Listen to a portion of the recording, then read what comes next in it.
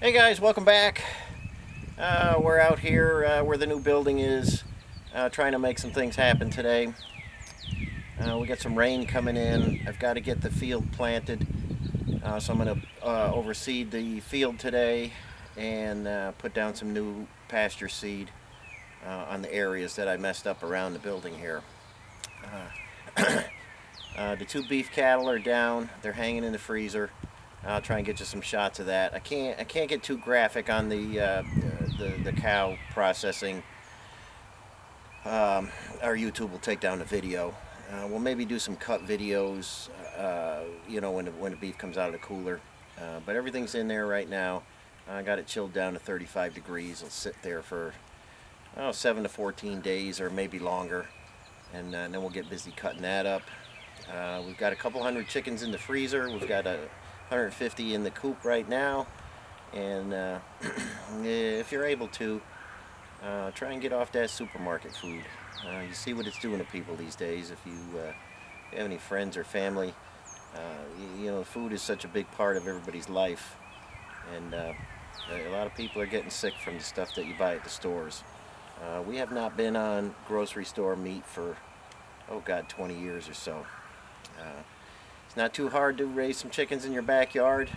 Beef's a little harder, but you can support your local farmers by buying some beef from them.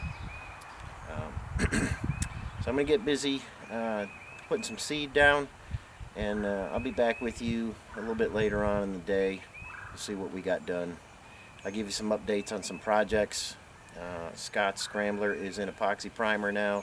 I have the 360 engine out of the J truck, and we'll take a few shots of what's going on around here. But I've got to make the best of this, the last sunny day for a few, and the rain will do the new seed just fine. So it should germinate pretty quick. The weather's turning around, getting kind of warm. So hang in there, and we'll be back with you toward the end of the video.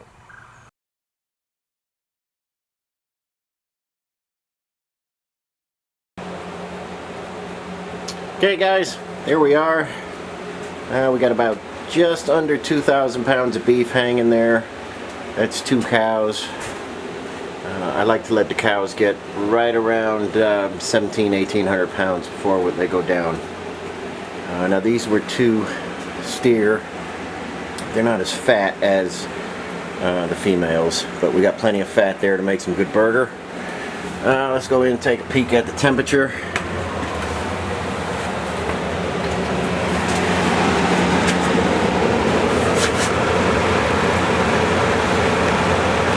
Hard to see, it's blowing. It's 39 right now because I got the door open. It's going to 40. Got to keep that door closed, but we're gonna let this stuff hang, like I say, for first guy wants to cut his up in about 7 days, so I'll let the other stuff go a little bit longer. But there it is, 2 cows worth.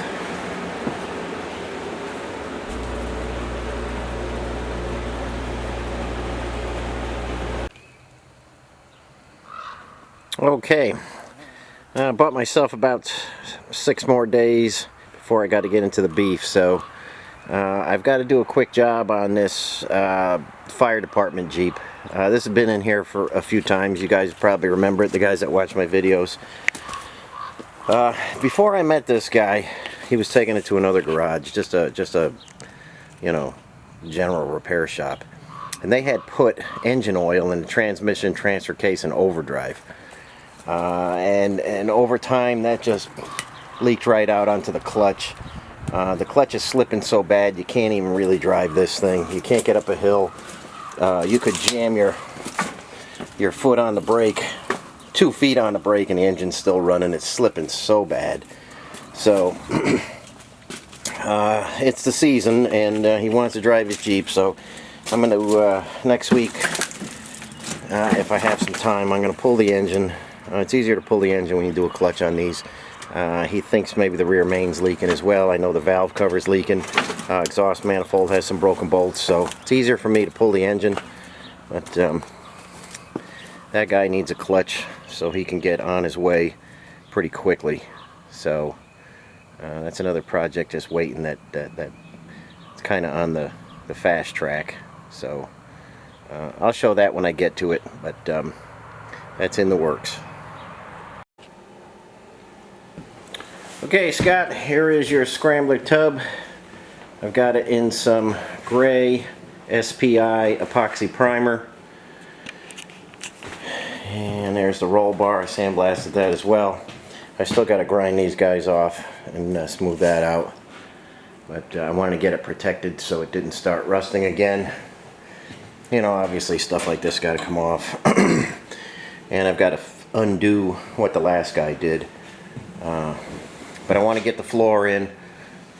This thing is going to get pretty floppy pretty quick if I take the rear floor out too. And you can see all the dents and dings in that panel. It's just going to jump right out once we get some real gloss paint on there. So that's got to be dealt with. Starting to rust through down there. So that's going to be a little tender when we take it out. But I'm not taking it out just yet till the floor goes in. And you know, I didn't do anything with the rear floor because I'm changing that. Wheelhouse got some rust. So not much in the back that I can save. And this side, you know, is tender as well. So things are happening. Like I say, it's in epoxy primer now, so I feel good about it. It's not going to, you know, rust again. It's clean white metal and then epoxy primer, so we're in good shape here. And I got to find a place to get working on this. It's getting kind of tight around here. I'm way behind on getting my building done, but I've got to find a place for this. So might have to take your chassis and move it out and get that in storage while I get the body ready. But it's a juggling act, but I'll get you there. Hang in there with me. Okay guys, I told you I had the engine out of the J truck. Here is the 360, and if you look at this thing, they've got it packed with junk. You got the air injection tubes, you got the air pump, Motorcraft carburetor with more lines going to it than you could even count. The air conditioning is archaic. I'm not keeping that in there. That's just getting out of the way. I'm not really a fan of air conditioning. And the intake manifold's coming off, carburetor's coming off, obviously the air pump. And this is not going to be a full rebuild like I normally do. This is a 90,000 mile engine.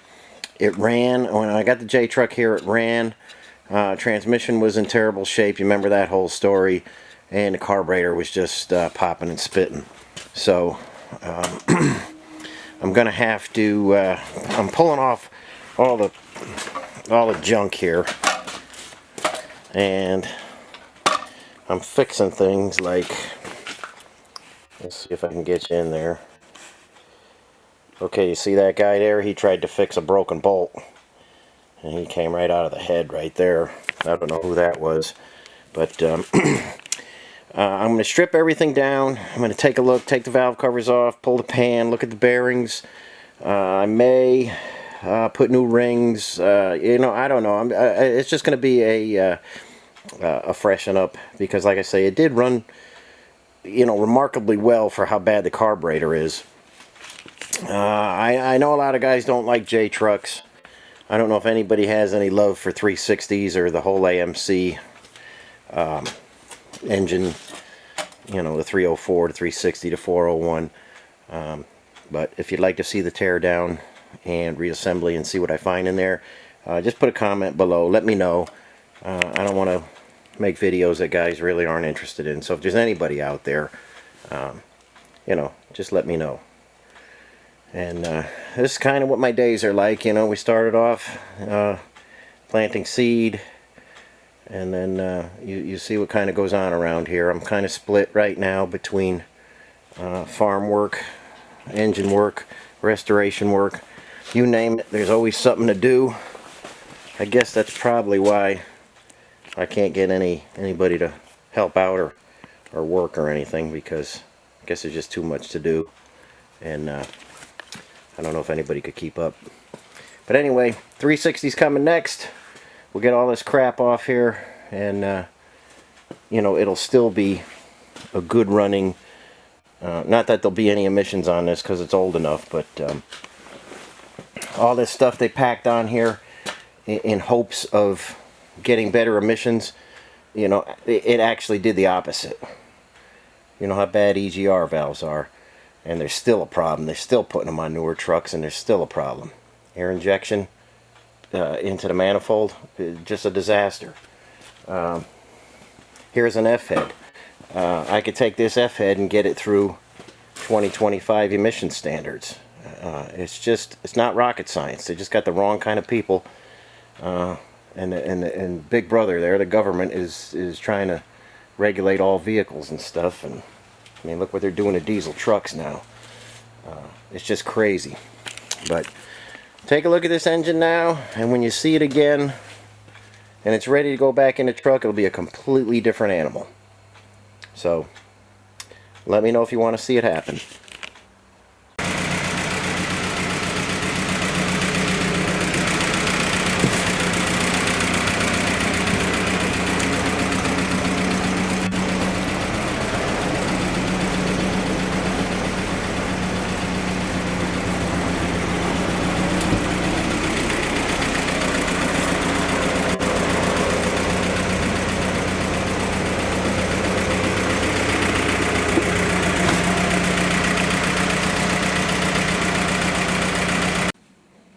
Okay guys, I covered a lot of ground today, had a lot of chores to do, got a lot done today. Next time we're probably going to be bringing you the J truck rear tow hitch that I'm building. I'm just finishing up a little bit of welding right now on it, and I got to attach the main cross beam to the side plates, and that'll probably be next time. But, if you enjoyed the video, hit the like button, put a comment below. If there's anything you'd like to see, just comment below, let me know. There's a whole lot of stuff that I do, so if anybody has anything specific they want to see, I'd be happy to do it. You know, summers are kind of crazy around here between, you know, the beef, the chickens, the new barn building. You know, it's crazy. I'm trying to get a lot done, and I'm trying to get projects out the door. But I hope you enjoy the content. Share the video, and like you know, I'm trying to grow the channel. Guys that say they want to help out, just by hitting the like button and putting a comment below, that helps me out. So I think that's about it for today. It's been a long day, so we're going to call it quits here. And thanks for watching. I'll catch you on the next one.